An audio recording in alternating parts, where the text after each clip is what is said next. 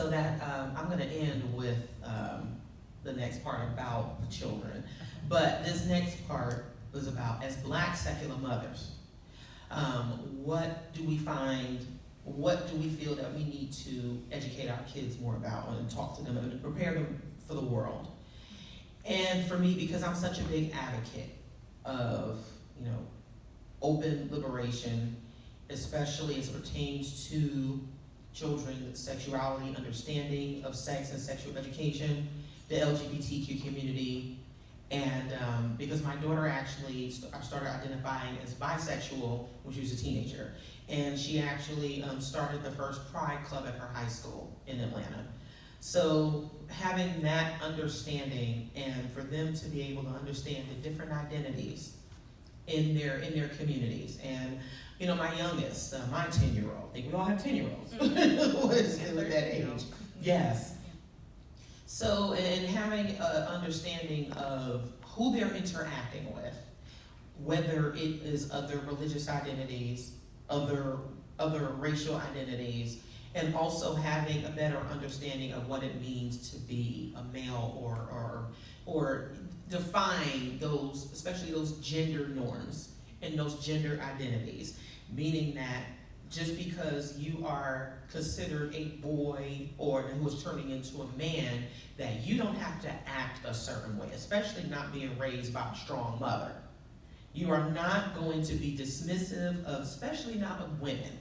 I mean, you are going to know how to assert yourself, but also be understanding of the people around you.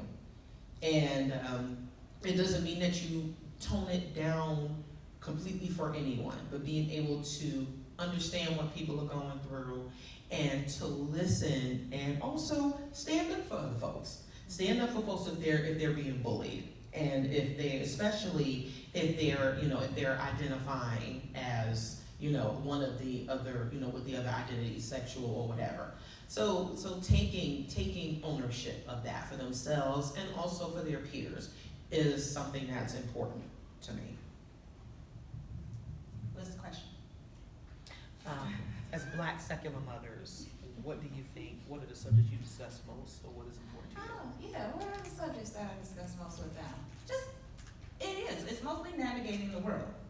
It's navigating the world as a Black male, or a Black female, or, as a non-believer, because my children are a couple of them are a little boisterous about their non-belief. They have these discussions at school, and I'm like, okay, we gotta practice how to talk about this. All right. Because, not everyone's understanding. People freak out, or they misunderstand, and you don't believe in God, then you're the devil. Now you got a reputation at school that your kid is the devil. Then you get bullied, and that's a whole other thing you gotta deal with. So we talk about these things. We talk a lot about safety. We talk a lot about education. We talk a lot about our futures. We talk a lot about the disagreements, and we talk about politics. And we actually have that conversation. A lot of kids don't know about politics. That's a kid's place. You don't need to know. Yes, you do. You need to know about this, because you're going to grow up one day and vote for the legislators who are going to dictate all of our lives. Because, hell, we're going to be dead one day, and then it's on you. So we have all of these conversations. We talk about it. We talk about the differences. We talk about pros and cons. And I think that's one of the most important things that I do to try to prepare my children for their lives going forward. So here's another what I think I talk about and then what they tell me I talk about. I feel like as a specifically Black secular mother, I'm honest with them about how this country works and does not work for us. Mm-hmm. The importance of self-determination is really important in my parenting in my household, because as a secular woman, I know nobody's coming to save us. Mm-hmm. So it's not, you keep toiling away, baby, and God's gonna send somebody to, take us to the whatever. So there's a lot of that. We not only need to save ourselves, but we need to help others, because nobody else is going to do it. If we don't do it, they see me active in activism and advocacy around social justice issues, around disaster recovery lately. They see me going out and volunteering. They go out and volunteer with me once they're big enough. And, you know, that's what I'm trying to instill in them. I asked my 13-year-old son, and he said it's a tie between the things that I talked to him specifically about, between women's rights and how to treat them, and his challenges as a black guy and how to navigate the world as one.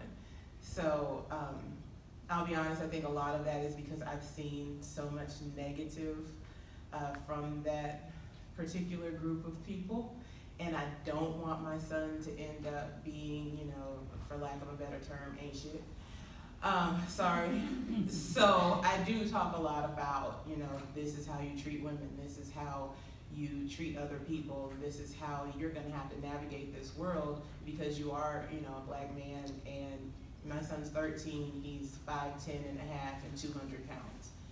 There is already a perception of him as older and stronger and bigger and dangerous, and, you know, even though he has this baby face, if you just look at him in the face, he looks literally like a baby.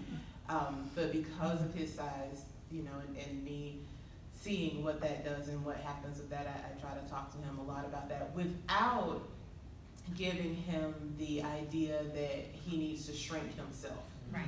Because I've seen that too in our community. I've seen black men, not all obviously, but examples of that will literally shrink within themselves to try not to scare white folks. And I don't want that for my son either. Yeah. Like, I'll be damned, sorry. And that goes along with my 18-year-old. I asked him, what do I talk to you the most about? And this dude says, don't trust these white folks. I'm like, really? How often do I say that, honey? You know? So, there you have it. Take which one you will.